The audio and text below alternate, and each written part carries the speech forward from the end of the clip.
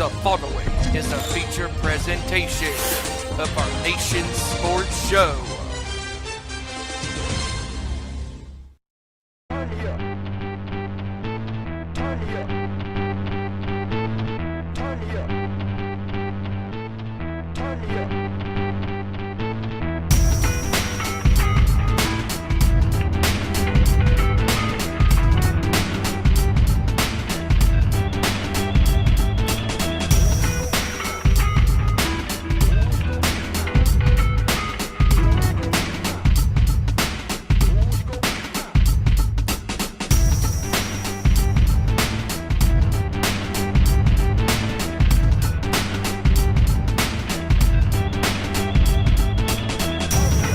Good up to the court, talking all that is sport, breaking down the latest news, scores, and more. Welcome to our Nation Sports Show.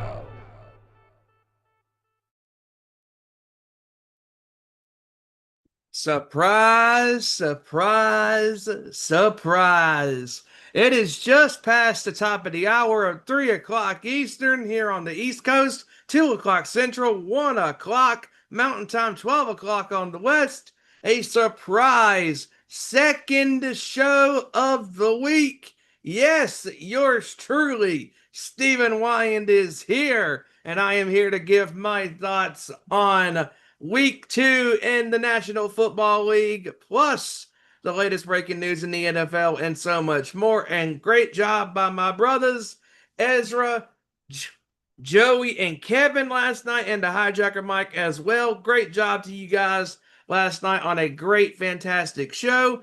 And I figure, why not? With a lot going on, I figure I'd jump on here. I've already given my scores to these guys, and they read my scores for my predictions for this upcoming week, but I figure I'd jump on here, for a little bit, talk about, week 2 in the NFL and all that good stuff and all of that good stuff. But before I get to all of that, and also I'm going to get into the Terrence Crawford and the Canelo Alvarez fight as well.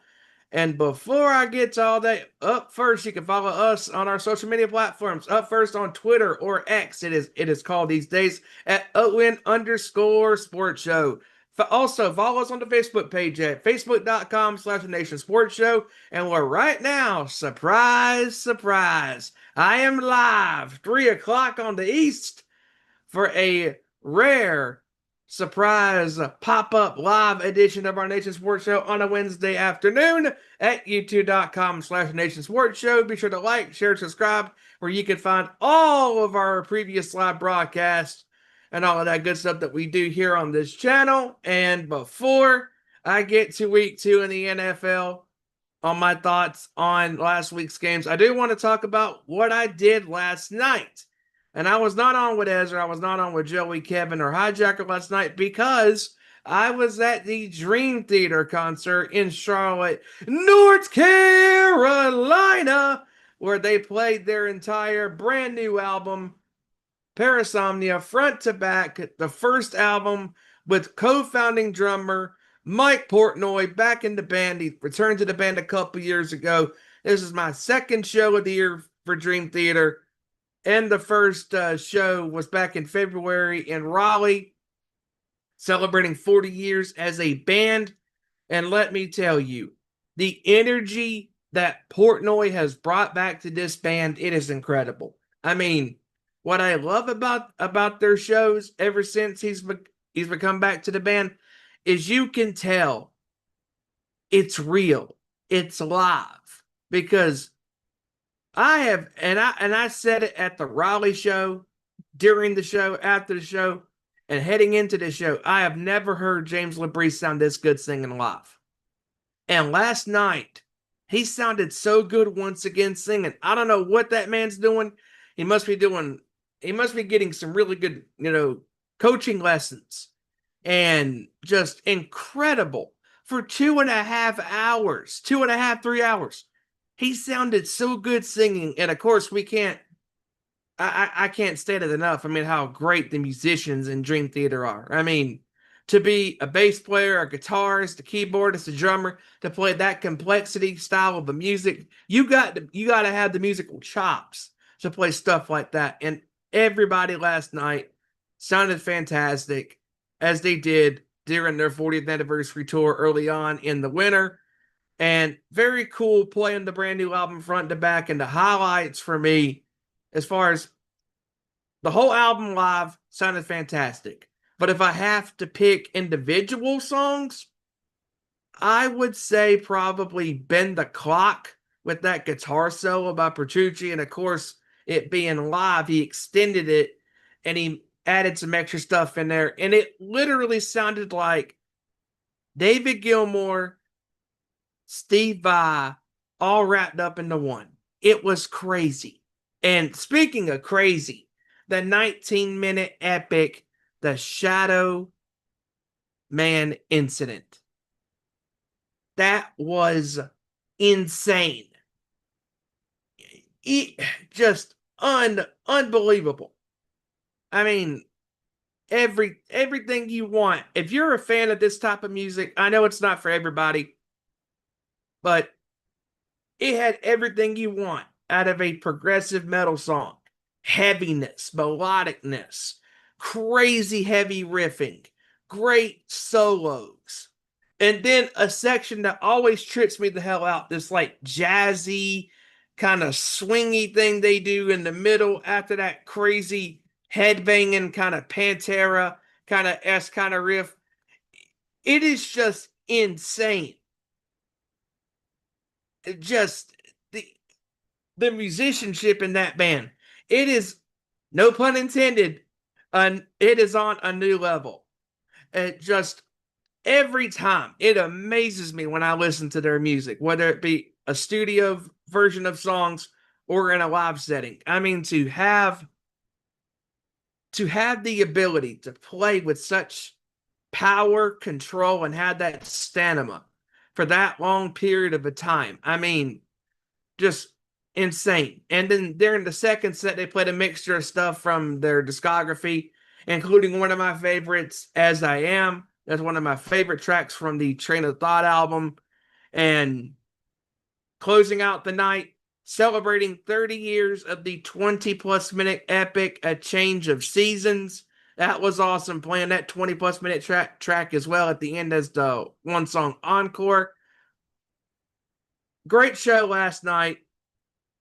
Very, very cool vibes. Everybody in the building loved it. The sound on the floor was tremendous. Sounded incredible.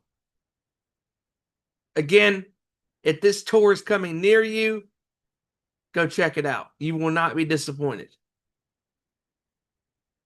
And now to get to what we talk about every single week on this show, sports.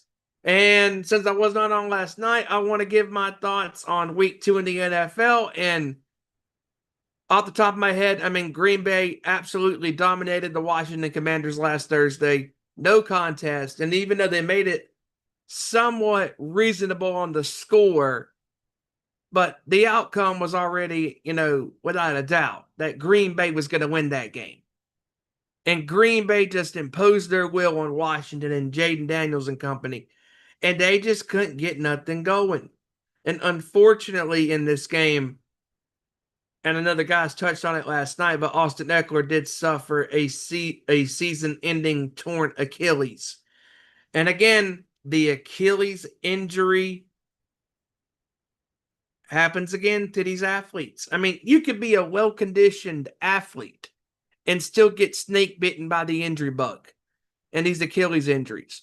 I mean, in the NBA, Tyrese Halliburton, Jason Tatum, two noticeable, great basketball players going down with this very gruesome injury and just making a move and then boom, going down. Because at the end of the day, gravity wins. And you can tell that they are missing their running back, Robinson, that they had. Because now that San Francisco has him, that's a great secondary weapon to have behind Christian McCaffrey.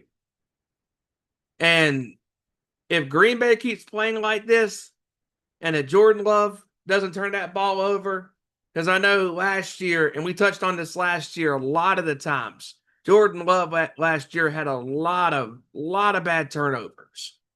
And if he can keep these turnovers to a minimum and he can play with consistency in that defense led by the great Micah Parsons, and shame on you, Dallas, for trading him a couple of weeks ago before the season even started. You gave Green Bay ammunition to feel great about themselves.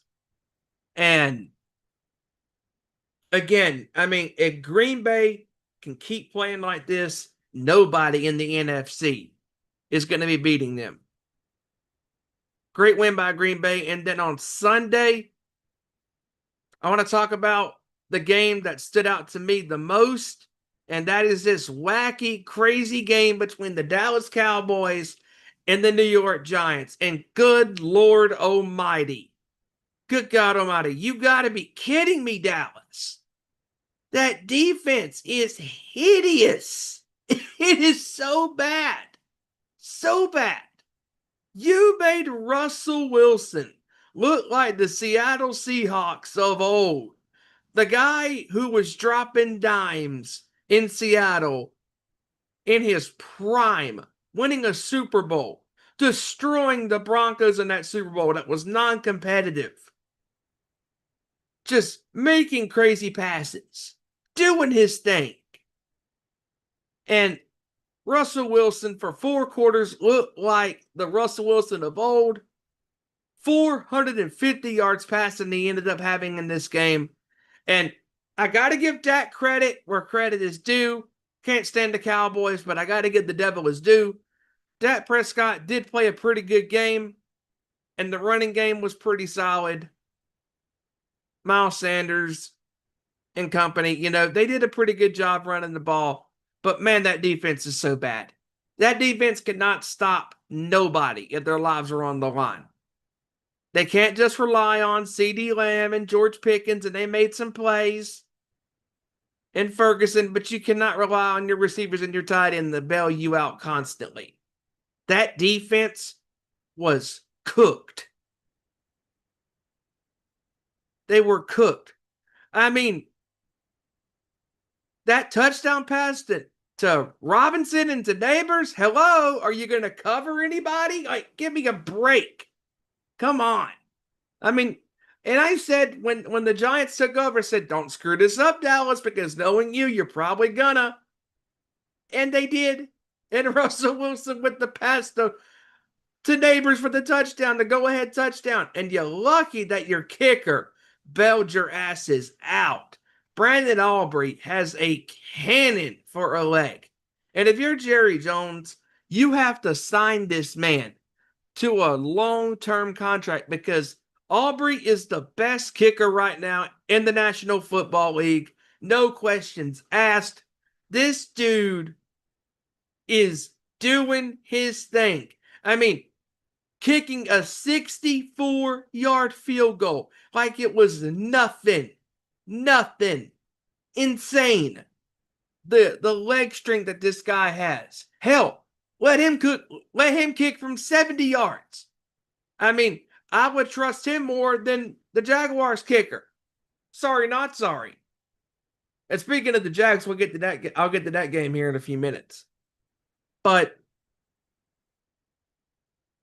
this game was bonkers. I mean, you thought that Buffalo and Baltimore's game last Sunday night in Buffalo, kicking off the season last year for primetime games, as far as legit primetime games, I know Thursday Night Football has their games with their games, generally aren't great. But as far as what it was known for being always, Sunday Night Football, wrapping up the day in football. The Bills and the Ravens last week was crazy, and the Bills won that game on a game-winning field goal by the veteran himself, Matt Prater. And this past Sunday, you had the Cowboys and the Giants were putting up some crazy statistics. Nobody could stop nobody. And also what killed the Giants in this game was the horrific amount of penalties that were called on them. They were penalized for over 160 plus yards. Like, it was crazy to be penalized that many times, like 14, 15, 16 some odd times. Just incredible to still be in the game and have a shot at winning. And I thought that touchdown pass from Wilson, the neighbors, I thought that was the end of the game. But of course, the Giants defense had to let them down.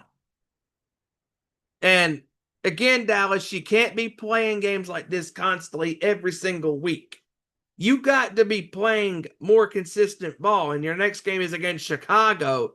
And speaking of Chicago, that team is inconsistent for the first couple of weeks. I mean, and another guys touched on it last night, and Ez and Kev and Joey spot on about Chicago. I mean, Chicago, they have parts of their game when they're good, and then they have times during the course of the game when they're inconsistent and they're not making consistent plays, and their defense has a bad series or a bad play here or there, or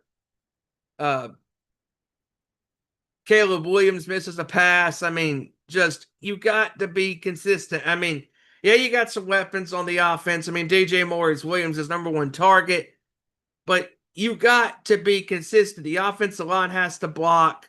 And like we talked about on this show numerous of times, you have to have an offensive line to protect your quarterback. Otherwise, your quarterback is going to be spending a lot of time flat on his back. And just thinking about what Chicago has done good and what they have done bad, there is some improvements with the Ben Johnson era as head coach. But there is still a lot of work that needs to be done for Chicago. And again, getting back to this Giants and Cowboys game, not to go off on a tangent but at times, but sometimes, we do that on the show. But to circle back to this game, the game goes into overtime. And it seemed like nobody for the first 8+ minutes could score. The defenses were making stands, and the Giants get the ball back on their I believe it was their second or third. Yeah, because the Cowboys, the Giants got it. Nope. They punted. Cowboys got it. Punt. Giants get it back. Punt. Cowboys got it back. Punt. And then the Giants get it back again.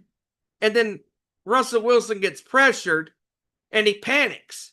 He literally had a panic attack. And that is a Dream Theater reference for those that are not knowing that song. And also, it is a Judas Priest reference as well. So there's that. 2 and 2. But Russell Wilson throws up a wild duck, and quack, it was picked off. And the Cowboys get the ball back, and at the literal final gun of the game, Brendan Aubrey kicks the game-winning field goal. And Dallas, by the skin of their teeth, survived. You cannot keep playing like this, Dallas, if you're going to have a shot to win some of these games, because you got to fix that defense. That defense is so bad on so many levels. But moving on and talking about the offensive line, got to talk about this game. And unfortunately, again, during week 2 in the NFL, there was a lot of injuries, including significantly Cincinnati Bengals quarterback Joe Shiesty himself, Joe Burrow, a severe injury of turf toe. And unfortunately for Burrow and for Bengals fans, he's going to have surgery to repair some ligament damage, and he will be out for at least 3 months. And fortunately for Cincy, they have a guy who they can turn to in Jake Browning that knows the offense, because a couple of years ago, he came in to take that starting position.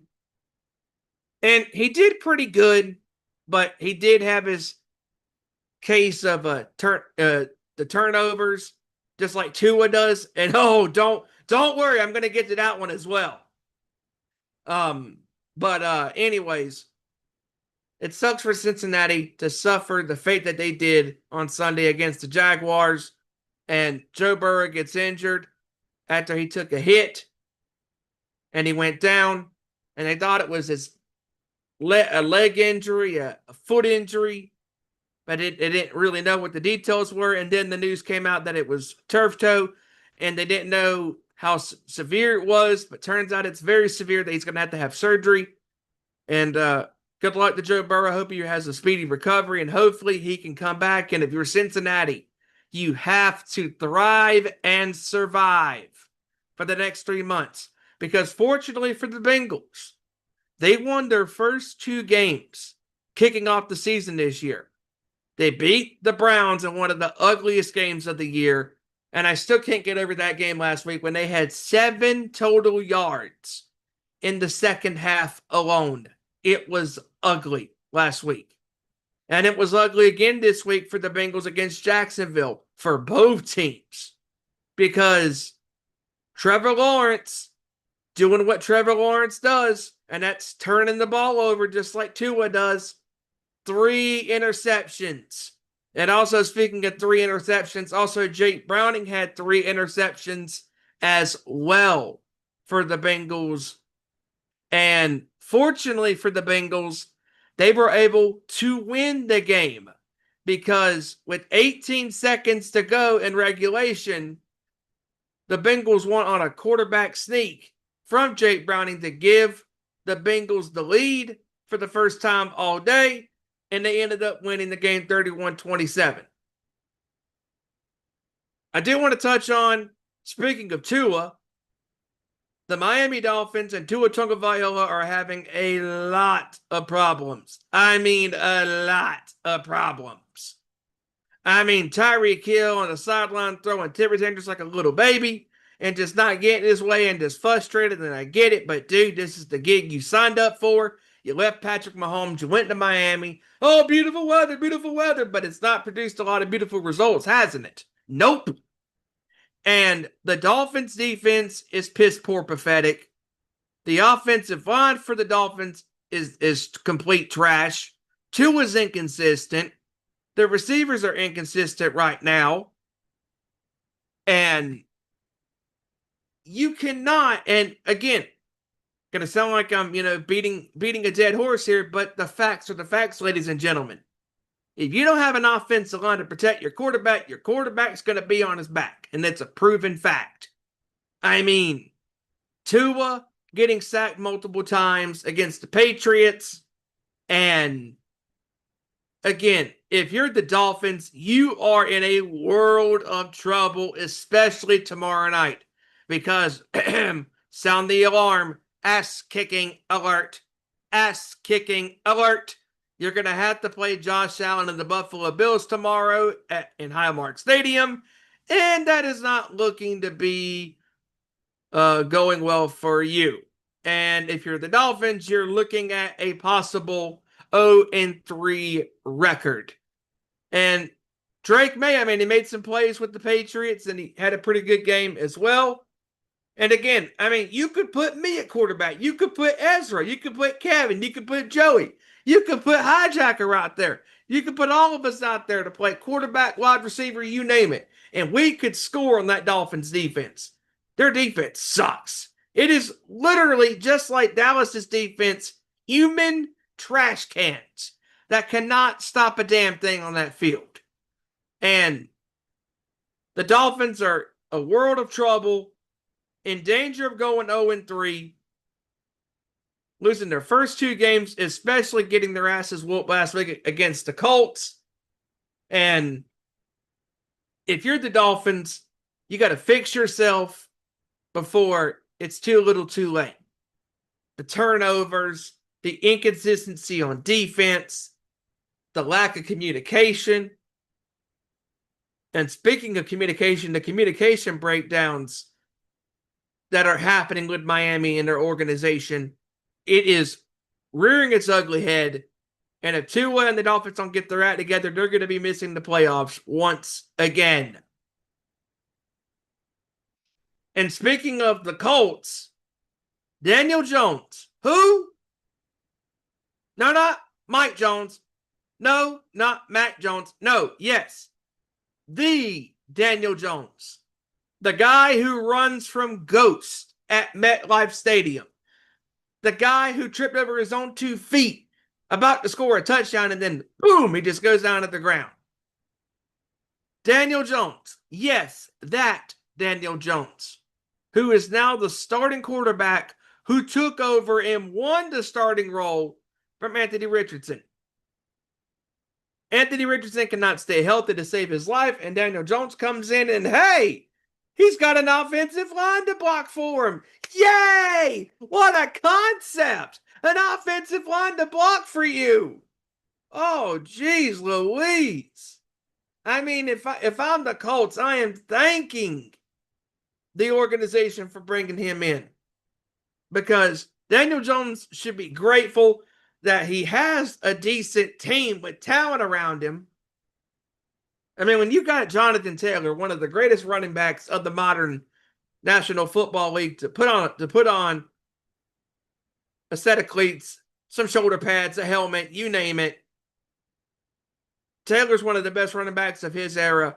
And Daniel Jones, I got to say, I am very impressed with how he has played the first 2 weeks.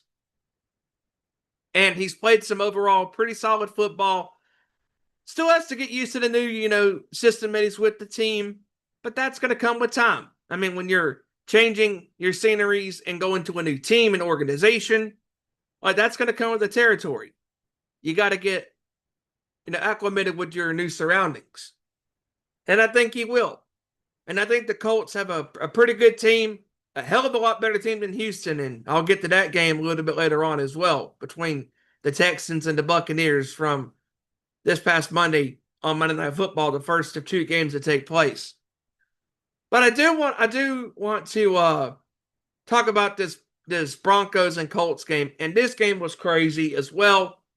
And there were some close games this week. And Bo Nix had a pretty good game in this game. He did throw a pick that was critical. And the Broncos were leading predominantly during this game.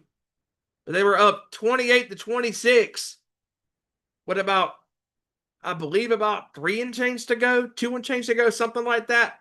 Don't have the timestamps in front of me as far as the play-by-play numbers and stuff, but you get my drift. But the way that this game turned for the Colts, and Daniel Jones drove them down the field and got him in the field goal range. And I'm telling you, their coaching staff is very lucky that the Broncos got caught. And the fact that they put their kicker out there for the first time kicking a 50-plus yard field goal, a 60-yarder nonetheless. Not everybody on their first kick from 50-plus yards can make it, because, that's a long way to kick. Every kicker is not like Brandon Aubrey, and that's a fact. And the fact that Shane Steichen put him out there, to kick a 60-yard kick for the first time in his career, and of course he missed it. It came up short. And the Broncos got called for a penalty, leveraging. 15 yards were tacked on. The clock hit triple zeros. That didn't matter because of untimely down of re-kicking the field goal. And their kicker made it. 45 yards is a hell of a lot closer than kicking a 60-yarder. Good grief, you'll take that in a heartbeat. And if you're the Colts, you survived. And thank the football gods you did. I'm sorry, but I am not putting my kicker in danger of having to kick a 60-yarder. Because, again, Brandon Aubrey is a freak of freaks when it comes to kicking in the NFL.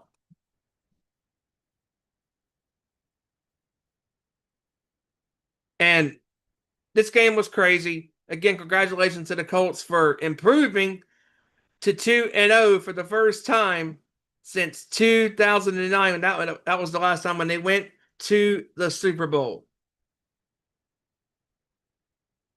And again, if you're the Colts coaching staff, you better be thinking, the the Broncos that you made the Schrader's kick go from being a 60-yard kick to a 45-yard kick because of leveraging. I mean, because the Broncos special teams unit got caught, and that was a very bad penalty. Very bad penalty. And again, the Colts, congrats, 2-0 for the first time since 2009. Obviously, that's when the Sheriff, Peyton Manning, was there during those great years with the Colts. And again, if you're the Colts, you should be very happy with your football team. Because 2 wins in a row, 2-0. And this week they got the Titans. And that should be I think that should be a pretty easy win in my opinion. I mean, after all, I picked the Colts to win. But moving on, speaking of 2-0, the Philadelphia Eagles, the defending Super Bowl champions from last year, took on the Kansas City Chiefs in last year's Super Bowl rematch for week 2 in the Sunday afternoon portion of the schedule. And man, oh man, crazy. Talk about crazy statistics. For the first time since 2014, the Chiefs are 0-2, and for the first time in the Patrick Mahomes era, 0-2 for the Chiefs. And if you're the Chiefs, and like Kevin, like Ez, and like Joey touched on last night, the Chiefs have a hell of a lot amount of problems on both offense, defense, and apparently special teams. Because Harrison Butker was missing kicks last week, as well, let's be honest, guys, a lot of kickers were missing field goals last week as well. I mean, for the first 2 weeks, kickers have been struggling the first couple of weeks during the NFL season for 2025-26. And Philadelphia, I mean, and like Kev was spot on last night, this game should have been a blowout. Jalen Hurts missed a couple of plays, but in the end, Kansas City cannot capitalize.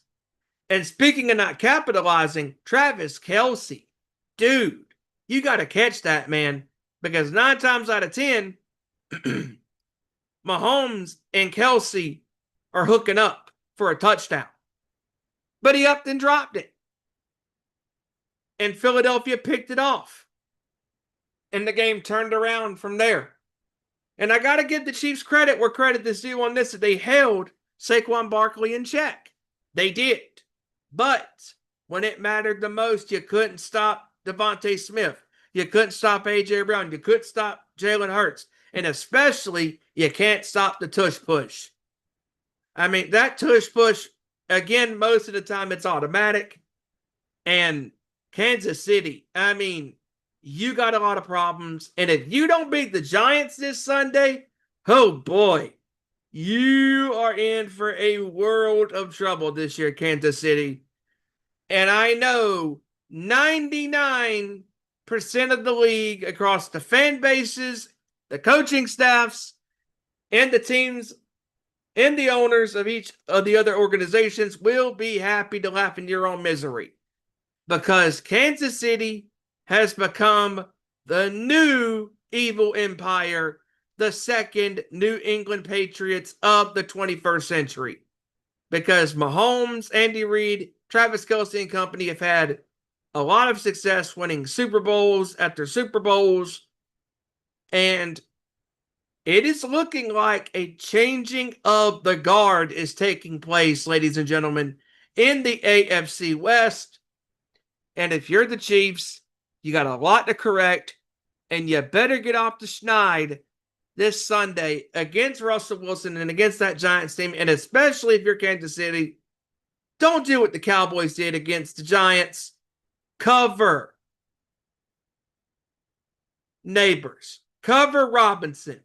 Cover everybody on this team. Because you don't want to give Russell Wilson any amounts of confidence. You don't want him to look like the Seattle Seahawks version of himself. You want Russell Wilson to look like the Pittsburgh Steelers version from last year. First, he was pretty good, and then he was throwing a bunch of interceptions and fumbling and having a lot of turnovers last year for Pittsburgh. You want that version for the Giants of Russell Wilson this Sunday if you're the Chiefs. You don't want him going off running the ball, nickeling and diming your defense and your shitty secondary. I mean, good Lord.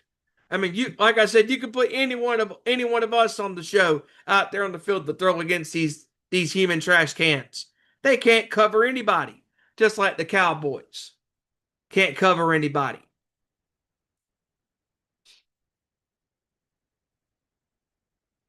And I mean, again, the Eagles. I mean, they did what they had to do. They beat Dallas in Week 1. And they, even though the score was 20-17, I'm sorry. The score does not reflect the results of that game and the pacing of that game. The Eagles dominated the Chiefs. And the Chiefs are in a world of trouble if they don't get their act together early on this year for this year's NFL season. And the next game I want to talk about is I do want to touch on the game between the Falcons and the Vikings, and real quick before I get to that, I want to touch on the Lions and the Bears. And I talked about the Bears and the Lions after getting beat badly by Green Bay in Week 1. In Week 2 came out like a pack of hyenas, hunting their prey and just dominating Chicago from the opening get-go. The running game, the passing game. They did what they wanted to do, and they dominated Chicago 52-21.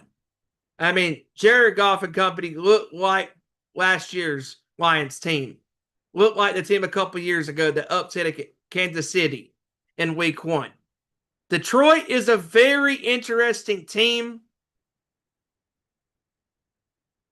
They have a lot of good things, but man, that schedule's not going to get easy, and they play Baltimore on Monday Night Football this Monday. That's going to be a great game, I think. And speaking of Baltimore, they dominated the Browns. Wyand, next. Joe Flacco looked horrible. He looks like an old man out there. Retire already, for God's sakes. Lamar Jackson got what he wanted to do. He did what he wanted to do. Yeah, you held Derrick Henry in check, but Lamar Jackson did Lamar Jackson thanks, carving your asses up. And I talked about briefly real quick, again, I keep sidetracking myself because, again, I got to talk about this. Arizona, how in God's name do you let the Carolina Panthers get back in that game? Explain that to me. You had them destroyed 27-3. And the Panthers scored 19 consecutive points in a row to get back into the game. And that last fourth quarter, that last couple of minutes of that fourth quarter, it was some of the ugliest played football so far this year in the NFL for 2025, and especially early on in the regular season. And of course, as expected, early on in the season, lots of sloppy football is going to take place. And Arizona survived, and you better enjoy this 2-0 record while you can, because I'm sorry, like the guy said last night, like I said in my score prediction last night, it's coming to an end.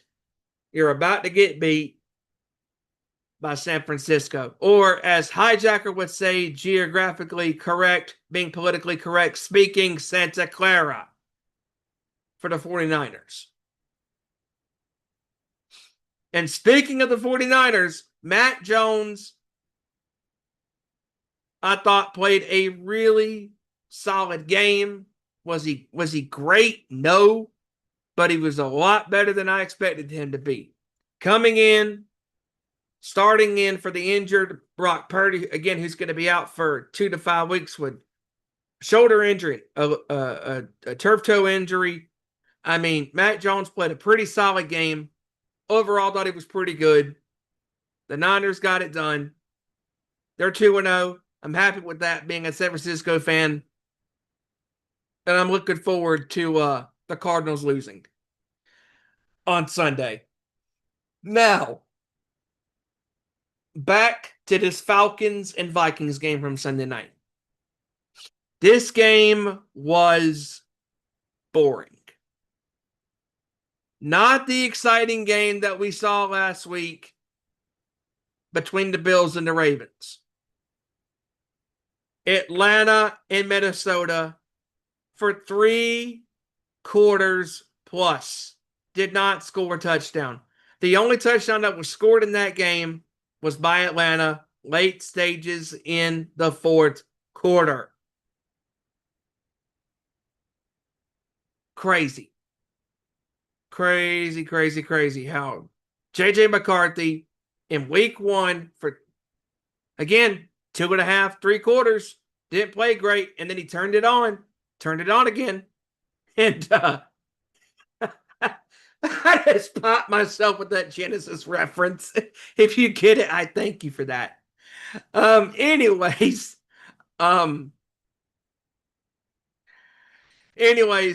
J.J. McCarthy against Atlanta, he was so bad. And speaking of bad, hello, Minnesota, can you cover Robinson, please? Hello, he's a hell of a running back, you know.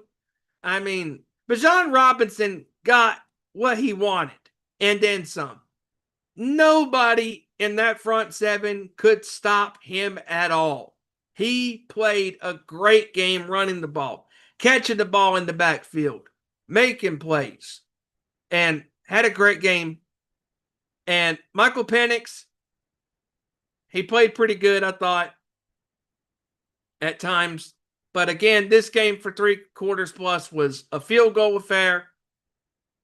And it's not as bad as that god-awful Broncos-Colts game from 2022, which I will never forget that game. That game was really bad, and I don't want to relive that game ever happening again with 2 other teams, because that was one of the ugliest games I've ever witnessed in my life. And thank God I was not in person for that god-awful game. But Minnesota's going to be without their starting quarterback, just like Cincinnati is, and J.J. McCarthy is going to be out with an ankle injury, a high ankle sprain.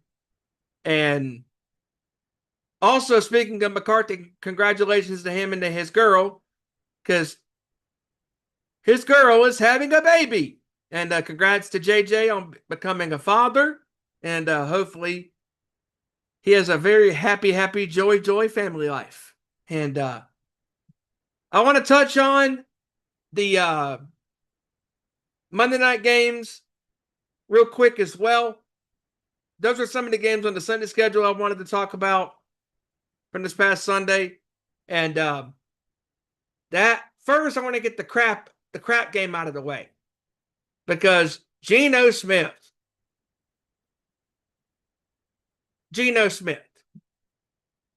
congratulations. You are the most overrated quarterback so far in the last couple of years.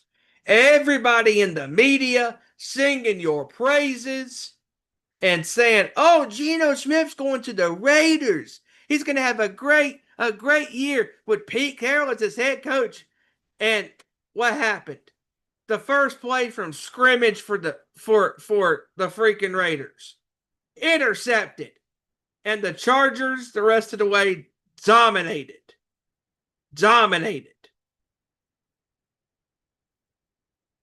This was no contest. Herbert and company got whatever they wanted. I mean, Geno Smith had 3 interceptions in this game. Terrible. Absolutely terrible. And the fact that he had his first pass go for a pick, man, if I was a bet man, I'd be a rich man right now. If I had that betting line that's saying, hey, first play from scrimmage, Geno Smith's getting picked off. Cha-ching, cha-ching. Money in the bank. Boom. And then real quick before I get to the Tampa and Houston game, I did want to go back real quick on the Sunday schedule, because this game just popped back into my head. Seattle getting a victory against the Pittsburgh Steelers. And Aaron Rodgers struggled in this game. He could not get nothing going. His offensive line couldn't protect him. And Seattle played a pretty solid game. And Seattle continues their road winning streak. And if you're Aaron Rodgers, again, he looked great last week against the Jets. But this is the Jets we're talking about. Anybody can score on that Jets team. And Aaron Rodgers did not look good in this game. And it's going to be very interesting to see how he does this Sunday. And we're going to wonder, all of us are wondering, what version of Rodgers are we going to be getting this Sunday? Are we going to get the Aaron Rodgers of old where he's slinging the ball around to his receivers, having time in the pocket to throw with precision and to get the ball to whoever he wants to throw to? Or are we going to get the Rodgers that we had this past Sunday and the Rodgers of last year with the Jets where he seriously regressed? Only time will tell. And that is why they play the games and we don't. We're just fans and we're just predicting these games. And back to this Buccaneers and Texans game from Monday night. This game was crazy. For 3 quarters, it was the same score. 14-10, Tampa. Nobody could score. The Bucs would drive the ball, and then they would have to punt. Houston have a shot at driving, then they have to punt. And then the Texans get the ball back. It's 4th down. Well, yeah. That's the play I was talking about. The Texans get the ball back after the 4th down is called. It's fourth down. They got a punt, and then next thing you know, boom, like John Madden would say, the punt was blocked, and the Texans recovered on Tampa's side of the field, and unfortunately, and again, the guys talked about it last night, and we've talked about this on this show numerous occasions, ladies and gents, that C.J. Stroud has been struggling. He had that one really great season with the Texans a couple of years ago in his rookie year. But ever since his sophomore year last year, and ever since the first 2 games of this year, last year and so far this year combined, he is not the same C.J. Stroud of old. And their offensive line is so bad. So bad. And if it wasn't for Jacksonville playing them Sunday, I would be picking against the Texans. Because I am sorry, I do not trust Trevor Lawrence right now. He sucks. He's overrated too. Just like Geno Smith. There, I said it. I'm still fired up from that Dream Theater show from last night. The Texans, like I said, get the ball back after the punt was blocked and they couldn't maneuver the ball any further. They were lucky enough they were in field goal range and they made the field goal to make it 14-13. And then Tampa gets the ball back. And then the Texans stopped them. It's 4th down again. The Texans get the ball back. And then they scored the touchdown to go ahead. And then they tried to go for 2. And they missed a 2-point conversion. And again, C.J. Stroud on that play had held on the ball too long. Dude, you've been playing in this league for 3 years now. You should know when to get rid of the friggin' ball. Good God. Like, come on. I mean, the offensive line is putrid for the Texans. I honestly think, guys, and I know the majority of us said that the Texans were going to win the AFC South. I really, truly think that the Colts are going to win this division. Because unlike the Texans, the Colts have an offensive line to protect them. And again, I do not trust this offensive line just as far as even if I could throw them. Because I don't give a damn who your wide receivers are, who your running backs are. I don't care if Joe Mixon was even in the backfield and he's not going to be there for the foreseeable future because of nagging injuries that have happened to him. And like I said, I don't care. who you have at the skill positions. You can have the greatest skill position players at running back, tight end, receiver, you name it. But if you don't have an offensive line, and I sound like a broken record, and I do not care, folks, it's a proven fact. You have to have an offensive line to protect you. And C.J. Stroud right now does not have that. When Joe Mixon was there last year, the line was decent. Wasn't great. Stroud was sacked a lot of the times last year. But again, they're missing Joe Mixon with these nagging injuries. And if Mixon was there, maybe he could help out with the pass protection for the Texans. But the Texans take the lead, and the Bucs get the ball back. And they're driving on their side of the field. And they get around the 35-yard line. And it's 3rd and 10. And then it's 3rd and 10. Oh, incomplete. 4th and 10 comes around. And Baker Mayfield, good gracious alive. My God. What a gutsy, great player this dude is. This dude just not willing to go down, trying to stay alive, trying to keep the Buccaneers' drive going, trying to keep their chances of going 2-0 alive as well, because they came back from behind against Atlanta in week 1 on the road. And on the road again. They just keep winning on the road again. the Bucs do. Baker Mayfield with a gutsy run. 4th and 10 to the 45-yard line. And then a couple of plays later, they're already on the Texans side of the field.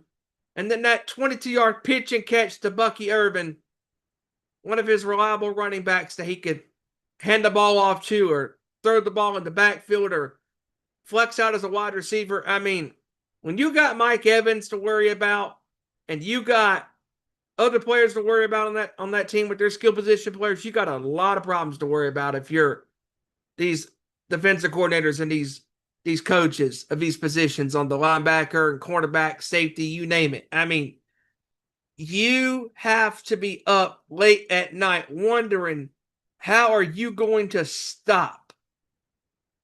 How are you going to stop this Bucs offense? Because all of us picked the Bucs to win the NFC South.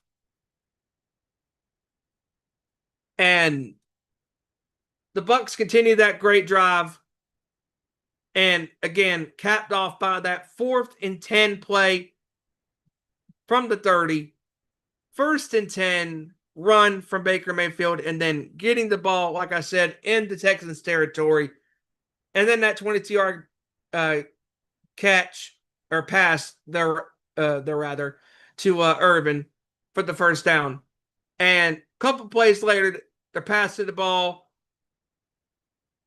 And they used one of their timeouts as they were crossing midfield. And then they're just slinging the ball, trying to get it into the red zone, which they did. And when they got it after that 22-yard catch to Irvin, threw the ball again, boom, completed the pass. But the clock is tick, tick, tick, tick, just keeps on ticking down.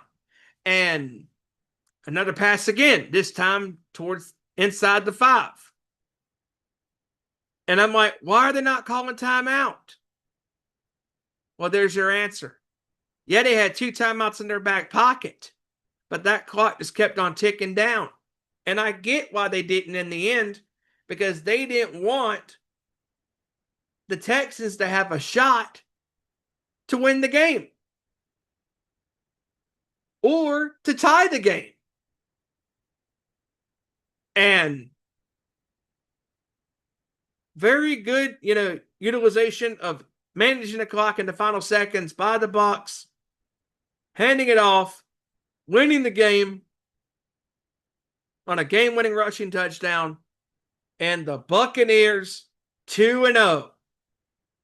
And Tampa right now sitting pretty, top of the NFC South. And those are the games that popped off the top of my head. I mean, the Saints suck. We know that. They got beat. Not going to cover that game because that game was boring.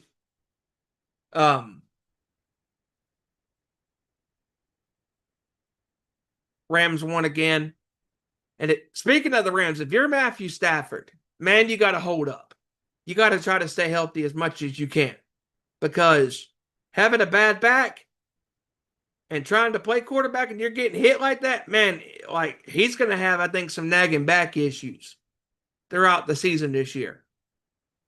But the Rams, they got a victory again, looking pretty good.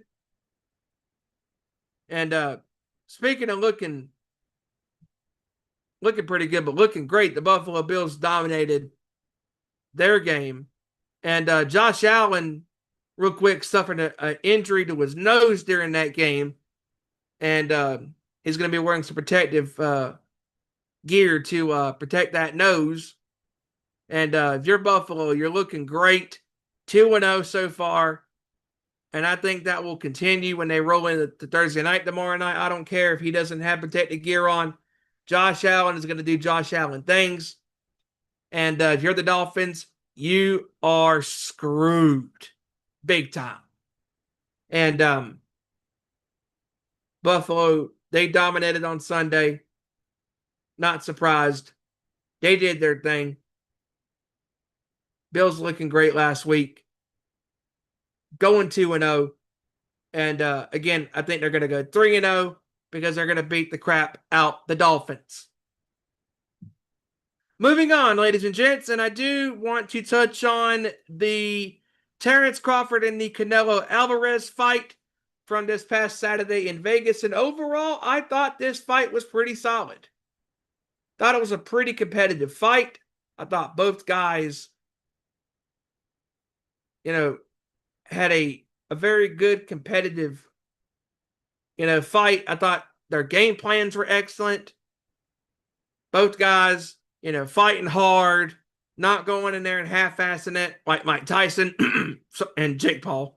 That fight was staged. Sorry, not sorry. This fight, I loved it. I thought overall it was very solid. That 9th round was excellent. I mean, there were times where Canelo would get, back on the offense and Crawford was reeling, and then he would come back with a series of good right hands and series of punch combinations. And there was a couple of times where he rocked Alvarez, and I thought, oh boy, is he going to go down? And he held his ground and stood his ground. I mean, these guys are throwing haymakers at each other. And very good fight by these guys. I was very pleasantly surprised and pleased. Thought it was a very good fight. And going into the fight, I thought that Canelo was going to win this fight and end the undefeated streak of Terrence Crawford. But that was not to be, because Crawford fought, the best fight. He fought a great fight. And he fought the right way. He didn't overthink things. When times where he was in jeopardy and he was on the ropes, literally and figuratively, his corner was egging him on. I'm like, come on, dude, you got to get back in the game, man. Come on, let's do this. Let's go. And Crawford, to his credit, rallied and in the end fought the perfect fight to win the fight by unanimous decision by the judges at the ringside area. And I thought the judges scoring the fight, I thought they got it right. New champion in Terrence Crawford. He is undefeated at 42-0. And I will not be surprised if there is a rematch down the line. And also, before I get out of here on this special surprised edition of our Nation Sports Show here on a Wednesday, on the same night as AEW Dynamite, I do want to touch on in the world of professional wrestling. This week, it is going to be a very busy weekend for the sport of professional wrestling because, ladies and gentlemen, you have not one but two PLE/pay-per-view big events happening. You have in AEW All Out in Toronto, and also for the WWE, you have WrestlePalooza. And man, this WrestlePalooza card, it is stacked. Cody Rhodes, Drew McIntyre, AJ Lee, CM Punk versus Seth Rollins and Becky Lynch, which is the match I'm looking forward to the most. You also got Brock Lesnar and John Cena. I'm looking forward to that because their history alone tells the story. And speaking of matches that are going to be great, I'm looking forward to Stephanie Vaquer versus Io Sky for the vacant Women's World Championship on Raw. And also, you got the Usos versus The Vision in Braun Breaker and the Trouble Thief himself, Bronson Reed. Looking forward to that as well. I mean, again, when you look at this card, folks, like the Sum 41 album goes, all killer, no filler. This is going to be a lot of fun. And there's also some matches on AEW's card that I'm looking forward to, such as you got CNC, Copeland and Christian versus FTR. That should be a hell of a match. And I think Kyle Fletcher, Hangman Adam Page, it's going to be a very fun match. The one match that I am scratching my head over is freaking two of them. Riho and Mercedes Moné. Why is this match happening? This match does not make a bit of sense. Riho has not even been on TV for a year plus since July of 2024. I know Tony Khan's just gonna up and bring it to the roster. Why? Because fuck them. That's why, as Dave Chappelle would say. But anyways, I thought, I mean, again, I'm not discrediting Mercedes Moné. She's a hell of a wrestler. But the reason why this match is taking place is because they need someone to wrestle Mercedes on the card on a pay-per-view. That's why. I'm not a fan of this match. I don't care for this match. We all know who's winning this match. It's Mercedes, and that's it. And then the other match. And again, the story for Mark Briscoe and MJF has been fine. I do not have a problem with this match, but my issue is with the match they're having. Oh, they're having a TNT match. People at home that are probably not a hardcore wrestling fan like me and like a lot of us are, probably wondering, well, Steven, what's a TNT match? Is it a Dynamite match? No. No, it's a tables and thumbtacks match. I don't get it. It's just another form of a violent match to happen on the card. Match will probably be good, but I don't like the match they chose. They could have gone with the last man standing match. They could have done a first blood match. I mean, I would have done like a last man standing. That way, if somebody gets busted open the hard way or, they didn't have to stop the match. I'm not a fan of this match as far as the stipulation. Should be a good match. I like the story between these guys, but I don't care for the stipulation. That's just my opinion. Also, want to touch on the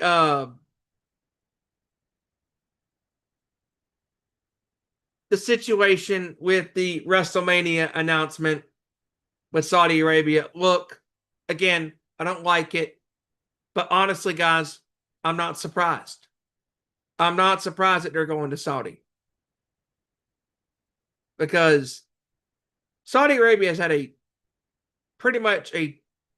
a couple of years, will be a 10-year relationship with the WWE. And again, I'm not surprised that Saudi Arabia gets the first official international WrestleMania outside America. I don't like the decision, but it is what it is. We're just fans, and this is why it's called the professional wrestling business, because business decisions are made. And sometimes as fans, we don't like those decisions, but they happen from time to time. I do want to touch on real quick the Darby and Moxley match this Saturday, excuse me, because both of these PLEs and pay-per-views are on a Saturday, and I think that's great. I like Moxley versus Darby. I'm not surprised with this match because this match makes sense. See, this, folks, is a match that makes sense. The coffin match. It makes sense to have this match because this is Darby special. And they've been talking about wanting to, quote, end each other. Well, that makes sense. This makes a hell of a lot more sense than the TNT match. I just... And the four-way with Toni Storm, that should be pretty good. I mean, the talent they got in that ring. I mean, AEW has a talented roster, but sometimes, in my humble opinion, Tony Khan does not know what he wants to do with these guys and gals. That's just my opinion. And I'm not going to change for nobody because those are my opinions. I like the company, but man, they got to tighten some screws. I mean, this four-way has talent. Toni Storm putting on her AEW Women's World Championship.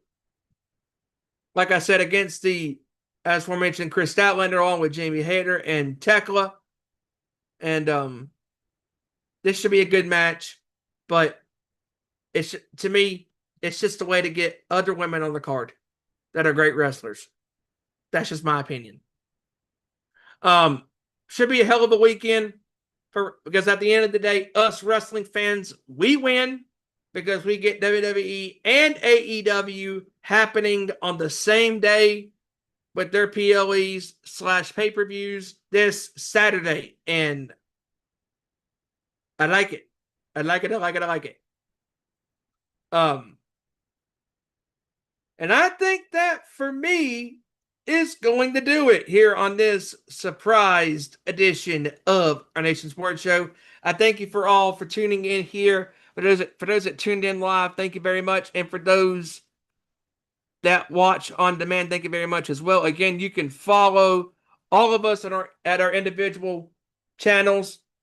You can follow Ezra at Deadman469 on Twitter. You can follow Joey at his brand new Twitter handle at TakeCommand92. You can follow Kevin at That Niner Gang 10. You can follow me at Steven_Wyand. You can also follow our boy Hijacker Mike at Mr. Mac on Twitter. Also, his channel, Smoke in the Bay, THA Bay. If you are a cigar aficionado, this channel is just for you. And also don't forget to follow The Nation's Corner on Twitter at Nation's Corner, Facebook.com/ Nation's Corner, or The Nation's Corner, Instagram at The Nation's Corner, and where the guys and gal are mostly live on Saturdays, but that is not happening this Saturday as both AEW All Out and WWE WrestlePalooza will be taking place at the same time at their normal time of 7 p.m. Eastern, 6 Central, 4 p.m. Pacific.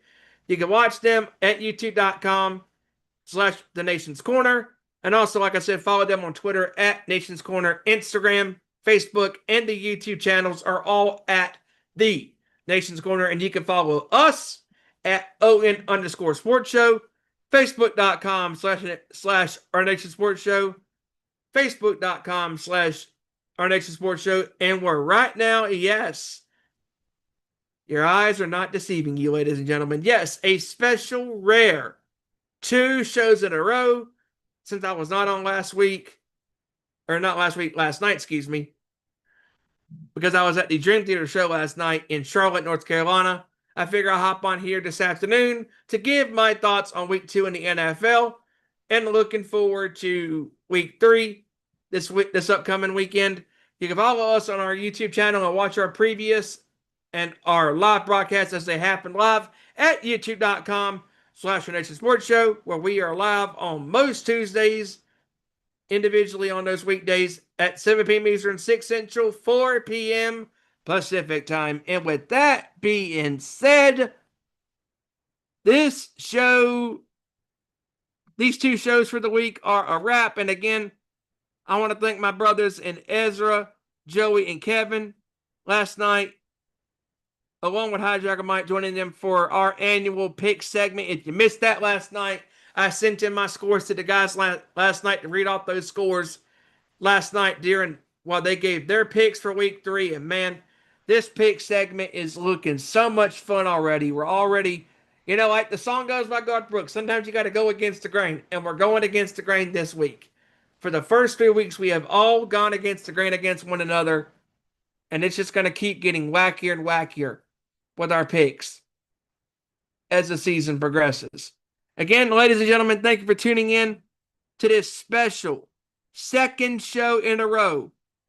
Since I could not be on last night with you guys to give my thoughts on week 2 in the NFL, sent in my scores, and I figure I come on here and analyze the significant games for week 2, talk about the unfortunate injury to Joe Burrow. I hope that he recovers, has a speedy recovery, and I hope he comes back, and I hope Cincy can have a shot to make it into the playoffs.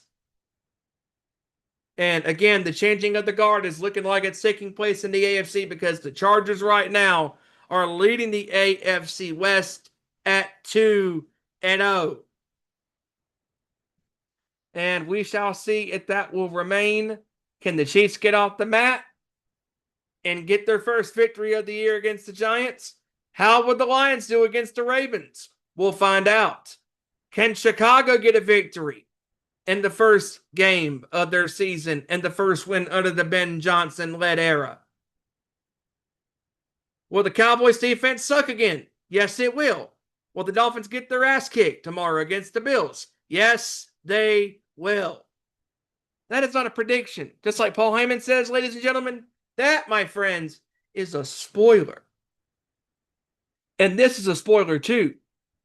This show's a wrap. And again, thank you to Ez, to Joey, and to Kevin, and the Hijacker last night, having a hell of a show last night, covering the NFL left and right, talking about the Terrence Crawford and the Canelo Alvarez fight from this past Saturday in Vegas, and talking about the latest NBA news and so much more. If you missed that show, it is currently, and like all previous of our broadcasts, it is in our archives on our YouTube channel. Just go to the live section under the live tab, and you will find that episode there.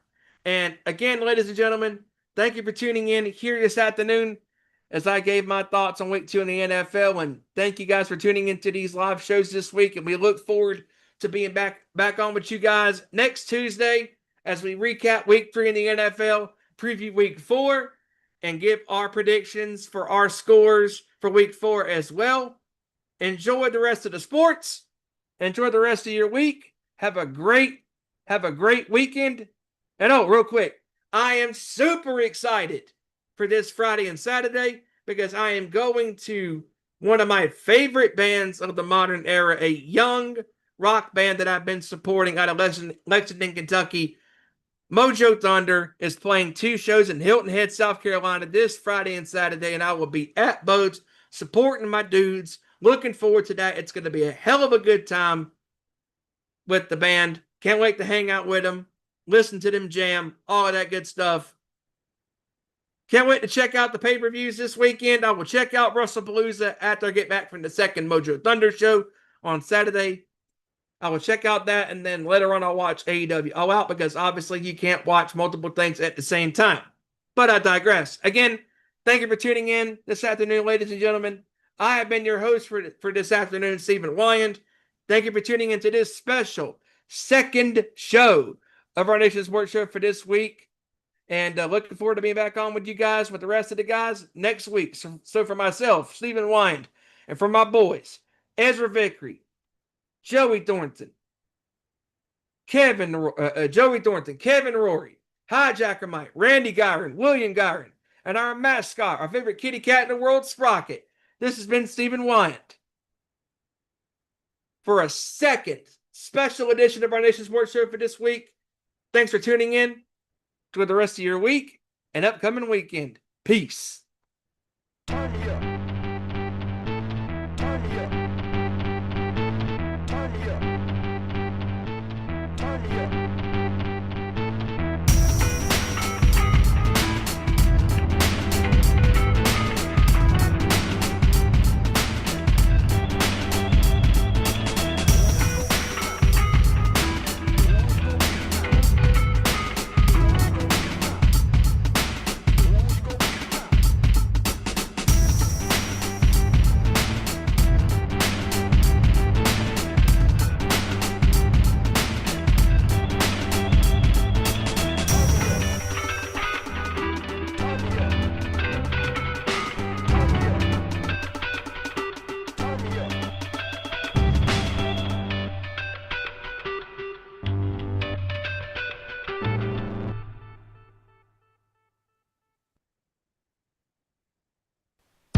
Thanks for watching this week's featured presentation of our Nation Sports Show.